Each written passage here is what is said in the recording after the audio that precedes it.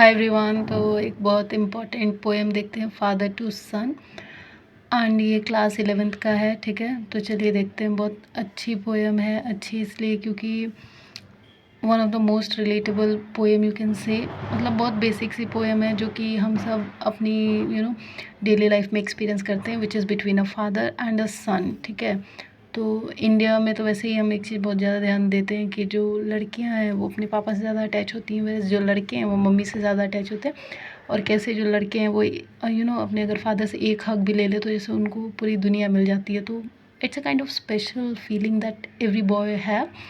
तो this poem is basically about the relation between a father and a son, that how from the beginning of the birth of a child, of his son, a father nourishes him and make him a young guy, and after that also he just take care like a baby to his son. तो चलिए देखते हैं कि है क्या इसके अंदर। Father to सन एक पोएम जो है, बहुत इसमें काफ़ी इम्पॉर्टेंट कॉन्सेप्ट्स को दिखाने की कोशिश की गई है। जैसे कि मान लीजिए इस फादर जो है वो कहते हैं कि कैसे मुझे समझ नहीं आता कि जो मेरा बच्चा है, जो बचपन में जब उसका बर्थ हुआ था तब से लेकर उसके चाइल्डहुड तक, जब वो अडल्टहुड तक आया, मैं उसकी सारी चीज़ों को ध्यान रखता था, मैं उसके लिए सारे काम करता था।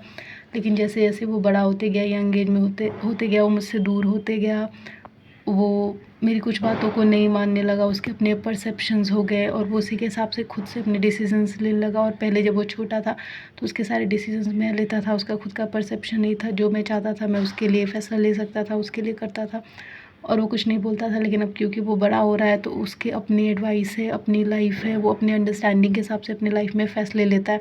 तो उसके फादर को कहीं ना कहीं अपने आप से ये जेलसी होती है, मतलब उनके बेटे से जेलसी होती है कि क्यों वो बड़ा हो गया, कि जो प्यार वो मतलब उनका पूरा कंट्रोल था अपने बेटे के ऊपर, जो पूरा प्यार वो लुटाते थे, अब कहीं ना कहीं उनको सोच समझ के लुटाना पड़ता है कि कहीं उसको किसी बात का बुरा ना लग जाए, कहीं वो गुस्सा होकर घर से ना चला जाए, किसी चीज़ की वो जिद करता है, अगर वो नहीं पूरा करेंगे तो कहीं वो गुस्सा ना हो जाए। तो एक फादर को एक डर सा सताता है और वो बहुत जेलस भी हैं अपने बेटे से ही कि वो धीरे धीरे मुझसे दूर होता जा रहा है। एंड बेसिकली इसमें दिखाने की कोशिश की गई है कि कैसे एक फादर सोचते हैं कि जब मेरा बच्चा जन्म हुआ था, मेरा बेटा, तो मैं उसको कितने प्यार से अपने पास लगा के, अपने सीने से लगा के सोता था। एंड वो मेरी सारी बातों को मानता था और मैं जो भी कहता था वो देख के मुस्कुराता था, समझता था और मुझे रिस्पॉन्ड भी करता था। और फिर वो थोड़ा बड़ा हुआ तो मैंने उसको साइकिल चलाना सिखाया, उसको चलना सिखाया, उसको खाना सिखाया, उसको पीना सिखाया और उसको मैंने दुनिया दिखाई कि दुनिया होती कैसी है। फिर वो थोड़ा और बड़ा हुआ, मैं उसको स्कूल लेके जाता था, वो मेरे साथ खेलता था, बस मुझे ही अपनी पूरी दुनिया समझता था। क्योंकि जब हम बच्चे होते हैं तो हम सिर्फ अपने पेरेंट्स के अलावा और किसी पे भरोसा नहीं करते, तुम्हारे पेरेंट्स ही हमारे लिए पूरी दुनिया होते हैं। तो वही वो बात कहते हैं फादर कि मेरा बेटा जो था मुझे अपनी दुनिया समझता था, मतलब मेरे इर्द गिर्द उसका पूरा दिन शुरू होता था और ख़त्म होता था। तो वो जेलस है क्योंकि अब वो बड़ा हो गया है, तो गर्लफ्रेंड वर्लफ्रेंड समझ लो बना रहा है, या फिर और भी अपने लाइफ के डिसीजंस, जैसे फ्रेंड्स के साथ कहीं घूमने जाना है, ये खाना है, शाम को कहीं अकेले चले जाना या फ्रेंड्स के साथ जाना। पहले तो ये सारे काम वो अपने पापा के साथ करता था, अगर उसको कहीं जाना होता था, कुछ खाना होता था तो पापा, घूमना है तो पापा, मतलब किसी कपड़े चाहिए तो पापा, पर अब वो अपनी पसंद के लेता। तो भाई उसके पापा जो वो सोच रहे कि वो बचपन कहाँ गया, मेरा वो बचपन का जो बेटा था, वो चाइल्ड था, वो कहाँ गया। अब तो मतलब मेरा उस पर बिल्कुल कंट्रोल ही नहीं रहा। मैं अगर कुछ उसको बोलना भी चाहता हूँ तो मुझे सोच समझ के बोलना होता है। मैं ऐसे ही कुछ भी बोल दूँगा, अगर उसको बुरा लग गया तो वो मुझसे दूर हो जाएगा, फिर मैं रह नहीं पाऊँगा। तो this poem is basically showing the father's love, concern and responsibility towards his son, that how since the beginning of a child, a birth, a father and also a mother take cares of them like something that is really really dearest to them, and they really matlab that is the most precious thing that God had given to our parents, which are we children.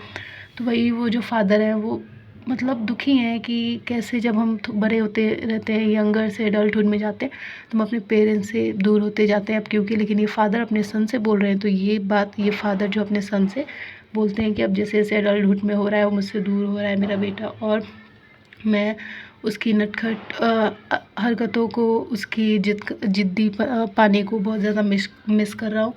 और मैं चाहता हूँ कि वो फिर से मेरे पास आए और मेरे ही इर्द गिर्द उसकी दुनिया हो, और वो जो भी चाहिए, उसको कपड़े चाहिए, खाना चाहिए, वो हर चीज़ मुझसे डिमांड करे, मेरे साथ ज़्यादा से ज़्यादा टाइम स्पेंड करे, एंड मुझसे ज़्यादा दूर तक ना रहे. So this was all about father to son, and I hope it's clear, and if it is, do like, share and subscribe the channel and comment. Thank you.